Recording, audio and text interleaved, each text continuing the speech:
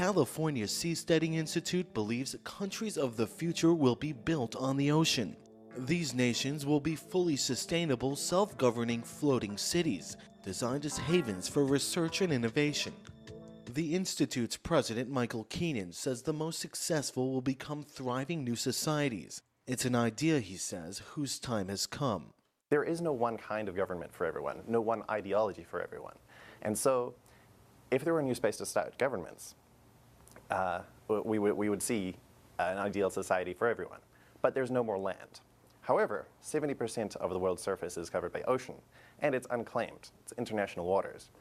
So the Seasteading Institute strives to create new countries on floating islands in international waters. Keenan says this is no idealistic pipe dream. PayPal's billionaire founder, Peter Thiel, has donated more than $1.5 million to the Institute, and other wealthy donors are following suit. The design of these offshore communities will be led by Institute engineer George Petrie. He says much of the technology to build floating cities already exists.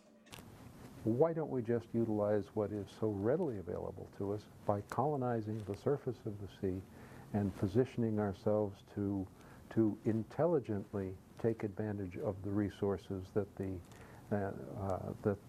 open oceans, the bounty that the oceans offer us.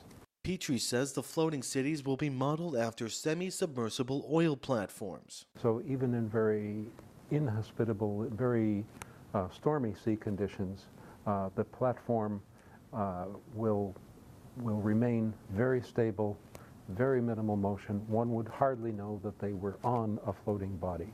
He says the cities will be able to expand by linking on new modular parts, much like Lego pieces.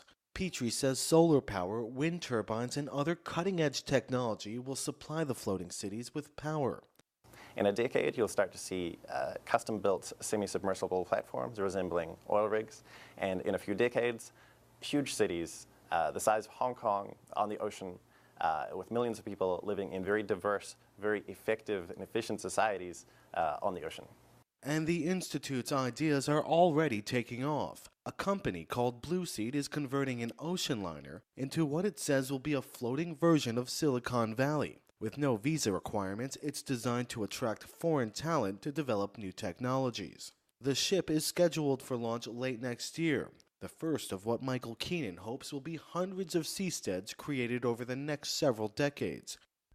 Keenan admits it's an ambitious idea, but one that will eventually offer millions of people the opportunity to choose a country that suits them best. Ben Gruber, Reuters.